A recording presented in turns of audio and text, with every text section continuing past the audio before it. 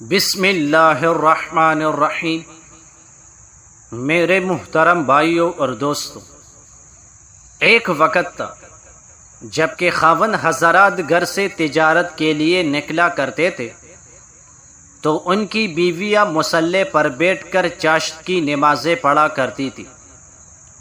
ان کی بیویاں اپنے دامن پھیلا کر اللہ سے دعائیں مانگتی تھی، اے اللہ، میرا خاوند اس وقت گھر سے رزق حلال کے لیے گھر سے نکل پڑا ہے، اس کے رزق میں برکت عطا فرما، اس کے کام میں برکت عطا فرما۔ عورت رو رو کر دعا مانگ رہی ہوتی تھی، اللہ تعالیٰ مرد کے کام میں برکت دیتے تھے۔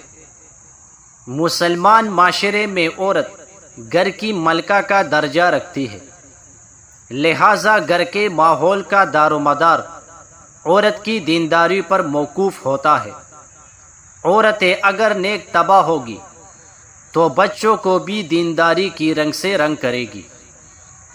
بس مسلمان لڑکوں اور عورتوں کو دینی تعلیم اور اخلاقی تربیت پر بالخصوص محنت کی ضرورت ہے۔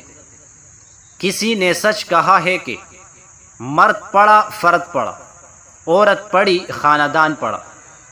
دانایان فرنگ میں سے کسی کا قول ہے کہ تم مجھے اچھی مائیں دو، میں تمہیں اچھی قوم دوں گا۔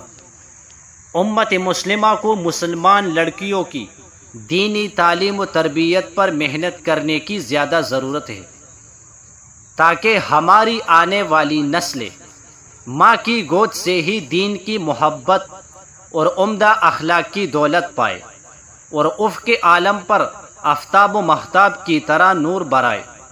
عورتوں کا ایک عجیب واقعہ، جس طرح مرد عبادت کر کے اللہ کا تعلق حاصل کر سکتا ہے، بالکل اسی طرح عورت بھی عبادت کر کے اللہ کا تعلق اور اس کی معرفت حاصل کر سکتی ہے۔ ایک صحابیہ رضی اللہ عنہا نے تنور پر روٹیاں پکوائی اور ان کو اپنے سر پر رکھا اور چلتے ہوئے کہنے لگی کہ اے بہن، میرے تو 3 پارے بھی مکمل ہو گئے اور میری روٹیاں بھی پک گئی۔ اب پتہ چلا کہ یہ عورتیں جتنی دیر روٹی پکنے کے انتظار میں بیٹھتی تھی، ان کی زبان پر قرآن جاری رہتا تھا، حتیٰ کہ اس دوران میں 3 پارے قرآن کی تلاوت کر لیا کرتی تھی۔ پہلے زمانے میں مائیں بچوں کو دودھ پلاتے پلاتے کئی پارے قرآن پڑھ لیتی تھی۔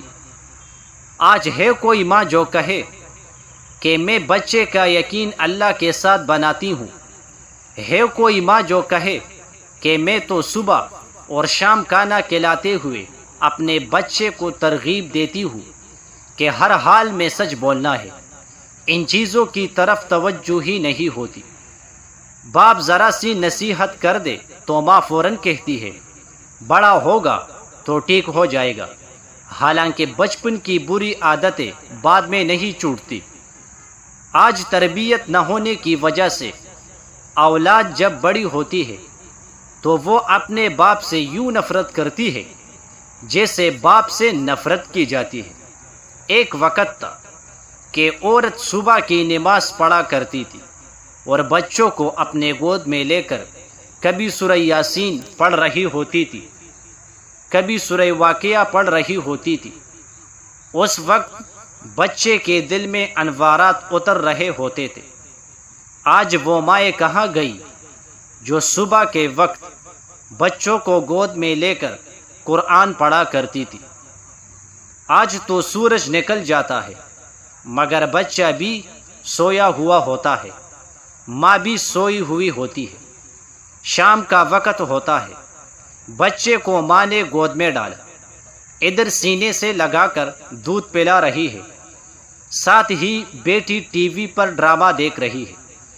اے ماں، جب تو ڈرامہ میں غیر محرم کو دیکھے گی، موسیقی سنے گی اور غلط کام کرے گی اور ایسی حالت میں بیٹے کو دودھ پلائے گی تو بتا تیرا بیٹا شیخ جنید بغدادی رحمہ اللہ کیسے بنے گا؟